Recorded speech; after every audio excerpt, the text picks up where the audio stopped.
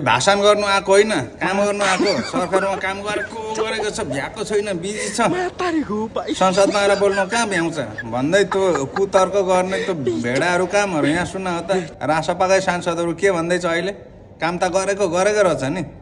म भात खान्छु, सरकारले के खान्छ? मलाई लाग्छ सरकारले पनि भात खान्छ। मलाई त थाहा छ त्यो भात कहाँबाट आउँछ। सरकारलाई त्यो कुरा थाहा छ कि छैन? त्यो भात धानबाट आउँछ। त्यो धान किसानको खेतमा फल्छ र त्यसका लागि मल चाहिन्छ, मल। कृषि प्रधान देशमा किसानको कहिलेसम्म बिचल्ली? म सरकारलाई प्रश्न गर्न चाहन्छु। खाद्य सुरक्षासँग जोडिएको यो गम्भीर विषयमा सरकार गम्भीर छ, अझ गम्भीर हुन आवश्यक छ। म भन्न चाहन्छु अन्नको भण्डार भनेर चिनिने पूर्वको झापा, मोरङ र सुनसरी अहिले जम्मा 28% मात्र रोपाई भएको छ।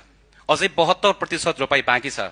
कृषि मन्त्रालयको विशेष सूचना अनुसार 2 हप्तापछि मल आउँदैछ अरे, त्यो आओस् भन्न म चाहन्छु र त्यो किसानको खेतबारीमा पुगोस्, वितरण प्रक्रिया सहज होस्। सरकारलाई विशेष शुभेच्छा, शुभकामना, धन्यवाद।